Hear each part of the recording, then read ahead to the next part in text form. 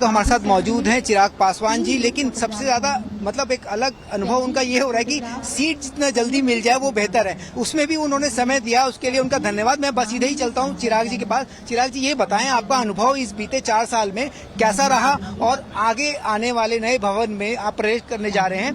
ये आप मतलब अद्भुत संयोग है कि मतलब 17वीं लोकसभा के सांसदों को ही मिल रहा है, तो क्या आपका अनुभव इस बीते 4 साल में रहा, उसके बारे में आप कुछ बताएं। इस अनुभव की खैर तुलना किसी चीज से की नहीं जा सकती। यकीनन सेकेंड टाइम मैं मेंबर पार्लियामेंट हूँ। पुरानी बिल्डिंग को जब छोड़ के जा रहे हैं तो एक भावुक क्षण भी है। डेफिनेटली इतनी यादें यहाँ से जुड़ी हुई हैं और मैं उन सौभाग्यशालियों में से हूँ जिनको जिनके पिता उनका हाथ पकड़कर, उन्हीं का ही हाथ पकड़कर, मेरे नेता, मेरे पिता आदरणीय रामविलास पासवान जी का ही हाथ पकड़कर इस बिल्डिंग में पहली बार आया था और उन्होंने ही मुझे यहाँ की कार्यप्रणाली, कार्यशैली सिखाई थी। और ना सिर्फ मेंबर पार्लियामेंट के तौर पर बल्कि जिस घर से मैं आता हूँ घर पे भी यही चर्चा होती थी। जब से होश संभाला संसद की कार्रवाई को समझा। पर आज जब हम लोग एक नई बिल्डिंग में जा रहे हैं, यकीनन उसको लेकर उत्साह भी। और कल मुझे लगता है इस अनुभव को बहुत खूबसूरत शब्दों में प्रधानमंत्री जी ने बताया कि इतिहास और भविष्य के बीच की कड़ी है हम लोग। मुझे लगता है हम उन सौभाग्यशालियों में से हैं जिनको ये कड़ी बनने का सौभाग्य प्राप्त हुआ। तो कैसा अनुभव आपका रहा? इस बीच में खट्टे मीठे अनुभव आपके रहे होंगे, बाकी सरकार के साथ आपका कैसा तालमेल रहा, विपक्ष के साथ आप ऐसा कौन सी स्पीचेस आपकी रही हैं जिसमें मतलब आपको अनुभव हुआ होगा सरकार की तरफ से मिलने वाले सपोर्ट को लेके, और विपक्ष के जो उनके कटाक्ष होते हैं कई मर्तबा अपनी बातें रखते हैं, चर्चा होती है, वाद विवाद होता है, ऐसा कौन सा पल आपको है जो अभी तक स्मृति में है? भाई वैसे तो अनगिनत ऐसे लम्हे हैं इस संसद में बिताए हुए और पुनः सौभाग्यशाली रहा हूं कि कई मौके मिले सदन के पटल पर अपनी बातों को रखने के। डेफिनेटली अगर स्पीचेस की बात करें, धारा 370 एक बहुत ही ऐतिहासिक पल था जब उस धारा को हटाया गया था। और उस वक्त जो मेरा संसद में भारत की लोकसभा में उस वक्त जो मैंने अपनी बातों को अपनी स्पीच के माध्यम से जो सदन के पटल पर रखा था, उसकी काफी सराहना हुई थी। एक और मेरी स्पीच थी जिसमें मैंने विमेन रिजर्वेशन बिल की मैंने मांग प्रमुखता से की थी। ये तमाम ऐसी स्पीचेज हैं जो आजकल की टर्मिनोलॉजी में वायरल हुई थी, जिसके लिए लोगों ने काफी सराहा था। बट हाँ, कई खट्टे मीठे हर तरीके के अनुभव रहे, कई तरीके की नोकझोंक रही सदन में अपनी बातों को रखने के दौरान। बट हाँ, खूबसूरती यह है कि लोकतंत्र को सशक्त करने के लिए सत्ता पक्ष विपक्ष जब हमेशा साथ आते हैं और एक साथ मिलकर हेल्दी डिबेट करते हैं। मैं कभी पक्षधर नहीं रहा जब सदन नहीं चलता। यही वो जगह है जहाँ पे आप बातें कीजिए, बहस कीजिए, बट सदन को चलने दीजिए। और ये उम्मीद मैं रखता हूँ नई लोकसभा में, नए संसद में, कि वहां पर कम से कम सदन चलेगा, मतभेद रहेंगे बट सदन जरूर चले। आपसे वो जानना चाहूंगा वो पल कैसे आपके साथ रहे जब आपने मतलब हमारे देश के पूर्व केंद्रीय मंत्री रामविलास पासवान जी के साथ आपके पिताजी हैं, वो सौभाग्य मतलब आपके लिए रहा, दोनों आप लोग साथ इस सदन में बैठे। उस चर्चा को आपने कैसे अनुभव किया जब आपने पहली बार सदन में बोला? कैसे अप्रिशिएट उन्होंने किया था? कैसा एक्सपीरियंस आपको रहा था घर जाके?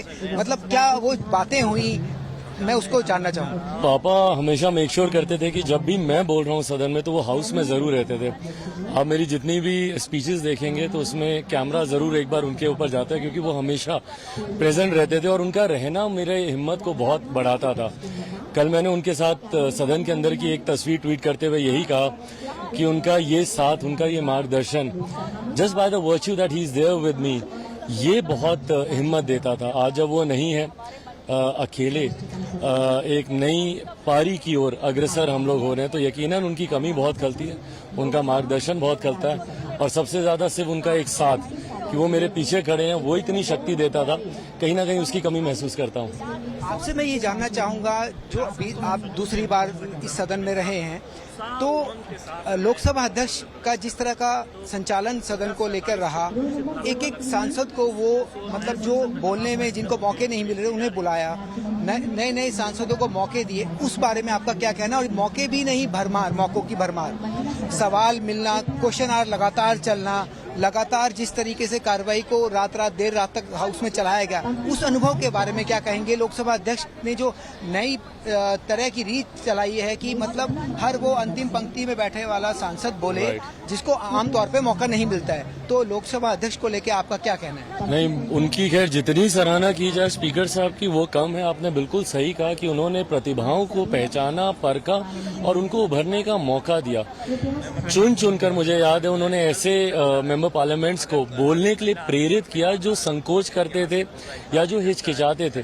उनको जिस तरीके से प्रेरित किया, उनके साथ आदरणीय स्पीकर साहब के साथ काफी समय बिताने का मुझे सौभाग्य प्राप्त हुआ। उनके साथ कई विदेशी दौरों पर मैं गया, कमेटी टूर्स में हम लोग साथ में रहे।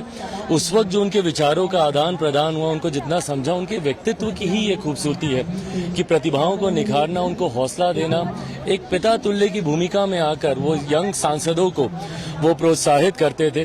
सदन की कार्यवाही सुचारू रूप से विपरीत परिस्थितियों में भी चले, लेट नाइट तक सेशन चले, पर उन्होंने कभी उस बात को लेकर ऐतराज नहीं जताया, उल्टा सांसदों को मोटिवेट किया। उनकी सुख सुविधाओं का सदन के भीतर जिस तरीके से अध्यक्ष जी ने ख्याल रखा है, मुझे लगता है he is one of the best speakers we ever had.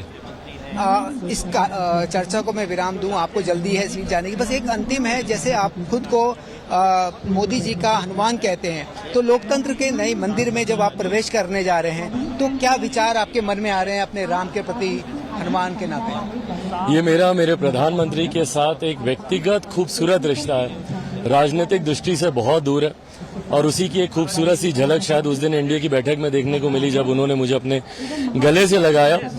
जैसा मैंने कहा, इसको मैं राजनीतिक मर्यादाओं में बांध ही नहीं सकता, ये व्यक्तिगत है और मेरे दिल के बहुत करीब है, और उन्होंने हमेशा इसकी वो मर्यादा बनाए रखी और वो प्यार और स्नेह उनसे हमेशा मुझे मिला। Thank you.